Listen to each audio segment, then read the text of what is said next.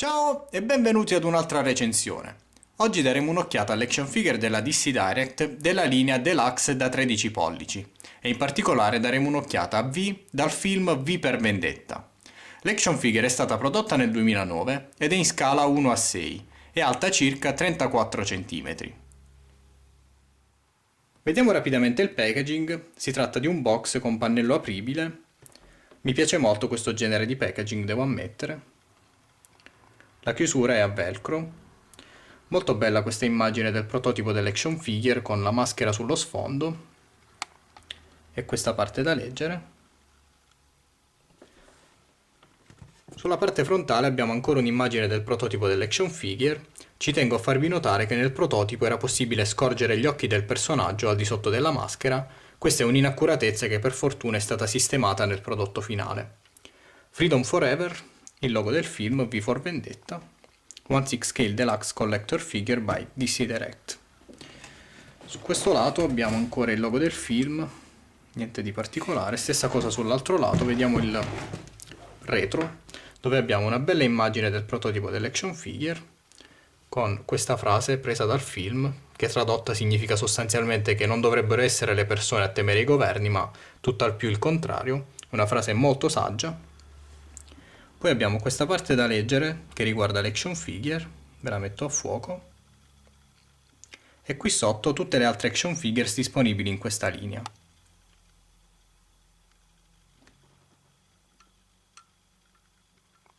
Diamo un'occhiata più da vicino. Questo è il look completo del personaggio con cappello e mantello, che in realtà vengono forniti separatamente, quindi possono essere considerati degli accessori.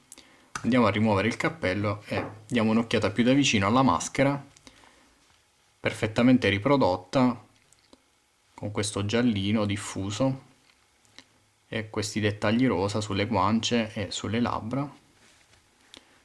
Io adoro la maschera di V, davvero dà moltissimo carattere al personaggio. Ricordo molto bene la prima volta che ho visto un'immagine del personaggio tratta dal film e rimasi molto, mi catturò moltissimo il look del personaggio.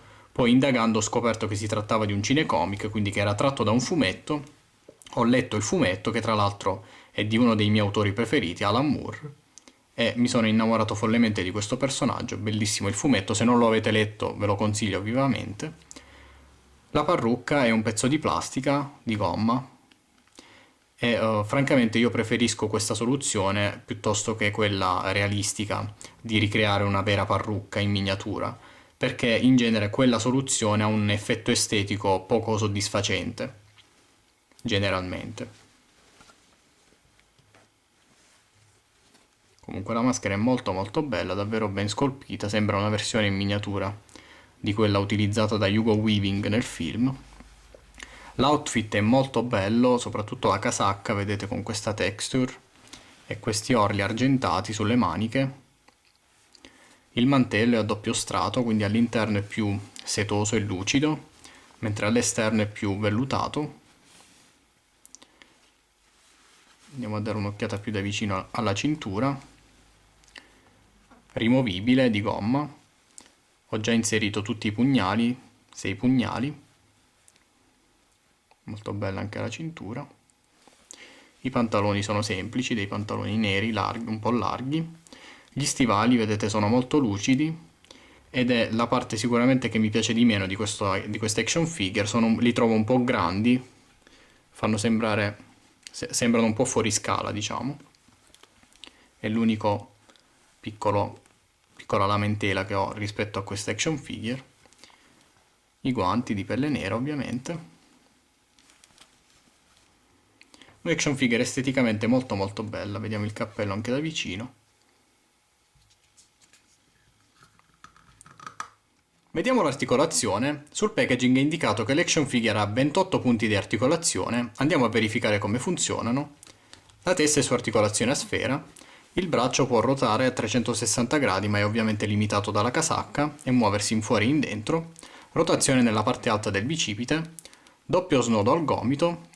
Rotazione alla mano, poi c'è articolazione nel torso che può muoversi in avanti e indietro piuttosto bene, rotazione alla vita, la gamba può andare in avanti e non indietro, probabilmente bloccata dalle chiappe di V, può muoversi però in fuori e in dentro, non c'è rotazione nella parte alta della gamba, doppio snodo al ginocchio, anche se il range di movimento è più quello di un singolo snodo, e rotazione allo stivale. Quindi tutto sommato una buona articolazione nonostante l'outfit. Diciamo che l'outfit non limita più di tanto il range di movimento dell'articolazione.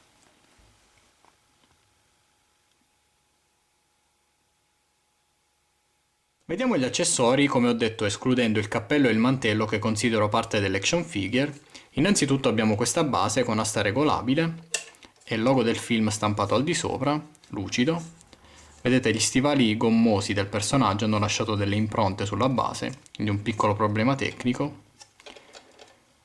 L'action figure è dotata di certificato di autenticità, quindi un bel tocco da parte della DC Direct, anche se non è indicato alcun numero di serie relativo al prodotto, perché non si tratta di una limited edition. Poi abbiamo due set di mani intercambiabili, un set, quindi due mani aperte, e due chiuse a pugno.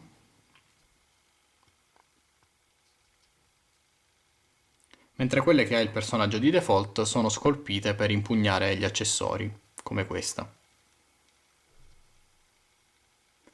Gli accessori di cui parlo sono innanzitutto i pugnali, il personaggio ne ha 6, sono tutti uguali, quindi ve ne mostro uno solo più da vicino, molto belli, di plastica dura, quindi attenzione a non romperli.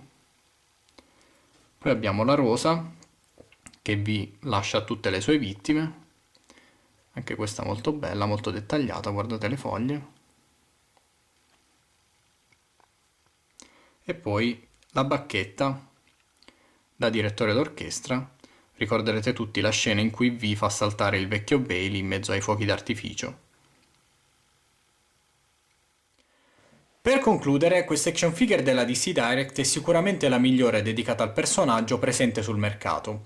Anche la NECA ha prodotto un'action figure in scala 1:6 dedicata a V, ma si tratta di un'action figure dall'approccio completamente differente, poiché è tutta di plastica, mentre questa ha i vestiti in stoffa e una qualità decisamente superiore.